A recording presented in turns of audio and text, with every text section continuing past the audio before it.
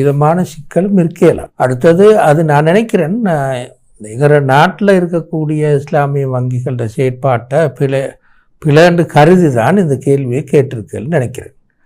அப்படியாக இருந்தால் அந்த குறிப்பிட்ட இஸ்லாமிய வங்கிகளோட முதலீட்டு ஒழுங்குகளை நீங்கள் கொஞ்சம் தேடி கவனித்து பார்த்து தான் அந்த முடிவுக்கு வரணும். எனக்கு தெளிவாக அதை சொல்ல கஷ்டம், ஏனெண்டா எனக்கும் இஸ்லாமிய வங்கிகள் என்னென்ன முதலீடெல்லாம் செய்கிறேன்னு சொல்கிறத பற்றி தெரியாது.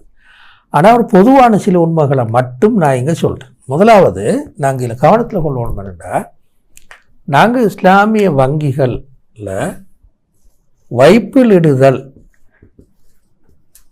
என்ற இந்த சொல்லை பயன்படுத்தக்கூடாது.